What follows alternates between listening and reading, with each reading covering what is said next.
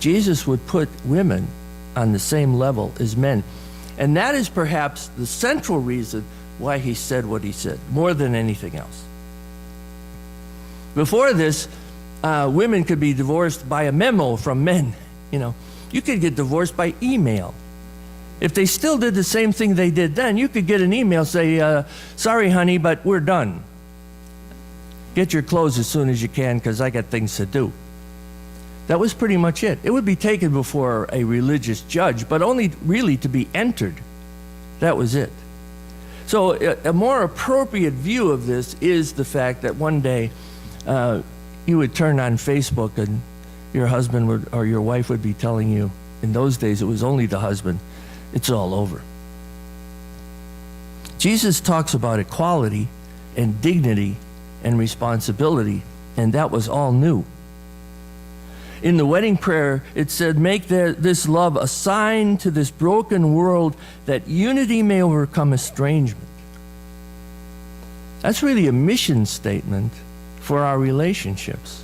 We don't often think of it that way, and there's so much going on at a wedding, and quite frankly, most of the bride and grooms that I have dealt with are in a state of animation, or suspended animation, I should say, when they come to the table. I have looked into the eyes of brides and grooms and thought to myself, is this person really here?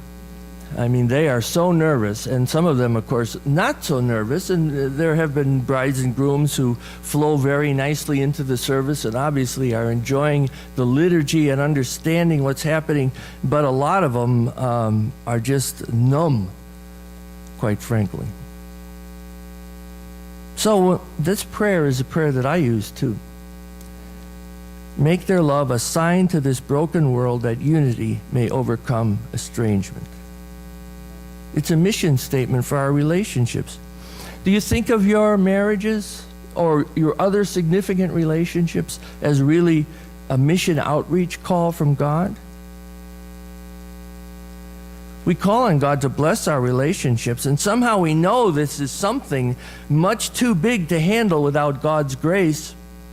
I'm not sure that every bride and groom understands that, especially those who are very young and not too many experiences. Do they understand how difficult this is? And then when the baby comes into the world, life takes this change.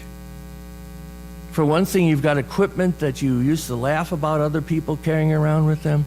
Now you've got a car full of this stuff, and that's really never enough. The new parents here are laughing, of course. As I've said before, we went on that cross-country vacation with my 4 kids, and I bought a minivan, and I bought the enlarged version, and then it was filled absolutely. You couldn't get a pocket novel in the book, in the thing, without finding some special place for it. And I thought, this is complete craziness. We had the time of our lives, by the way. Somehow we know that all this is bigger than something we can handle by ourselves. And quite frankly, sometimes, because we don't live in a perfect world, sometimes the troubles of our relationships are too big for us to overcome. And they are too big for us to remain in the relationship. Every one of us has limitations.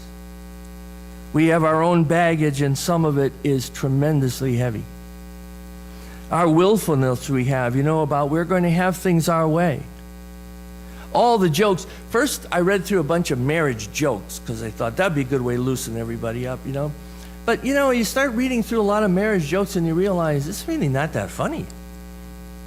About who's the boss and who wears the pants in the family, and, men being stupid and women being domineering and all these kinds. And jokes are all based on that. There's really a formula of about 4 things, and then you make up a joke about marriage, and everybody's and in your heart you're saying, why does it have to be like that? Why didn't she tell me these things when we got together? Or why didn't he say this is how he felt about life? Sometimes the troubles, the baggage, is just too much. And then, of course, we have our own control issues. I went to a family reunion one time, a long time ago, in another state, and one of the husbands this was at the house of this particular couple, And 3 times during that family reunion, the wife gave the husband instructions to go in and change his clothes for the appropriate part of the day. So he started out with one outfit, and then she said, then he went in, changed to another outfit, he came out, then we had the barbecue, blah, blah, blah, blah, blah, blah, and then, of course, then he got dressed for the evening. I was stunned. I can tell you what I said to him, but it's really not appropriate for church. But we all have control issues. There are some things you will not let go of. Some of you, and not including myself, of course, some of you have tremendous control issues. And there are things you will hold on to so tightly, and of course, I am just as bad. Not everything in life. And some of us are better or worse than others, but they're always there. On and on with the issues that can drive us apart. You could make your own list and never stop writing. And then many of us remarry, and in the gospel we hear these strong words today. Adultery. A man who divorces and marries another commits adultery. A woman who marries another commits adultery. Now this points to something that I think is important for me to emphasize with you. You cannot read about Jesus and read 1 or 2 verses. You can't take a section, although people do it all the time. You can't take a small section of Scripture, pull it out and say, this is the real Jesus. You have to read the whole story. And that's why it's so important to be in touch with the story. And so when we talk about parables, or we talk about the blind man, or we talk about when Jesus cast out the demons into a bunch of pigs that were hanging around, you should know these stories. Of course, you need to read them over and over again. You hear them, and some of them you remember real well. But there's a whole wealth of teaching that you and I have to understand, or otherwise we don't really understand. For instance, this issue of adultery. Do you remember the story of the woman who was caught in adultery? And the people around Jesus were going to stone her because that was the law. You notice there's no mention of the man who was, because there had to be a man there. Otherwise, it's not hardly adultery. So the woman is caught in adultery, and Jesus says, let those without sin cast the first stone. And we're told that everybody dropped the stones and walked away. The truth is, we have been in situations, I have been even in a church, where the stones were thrown, and you better be good at ducking.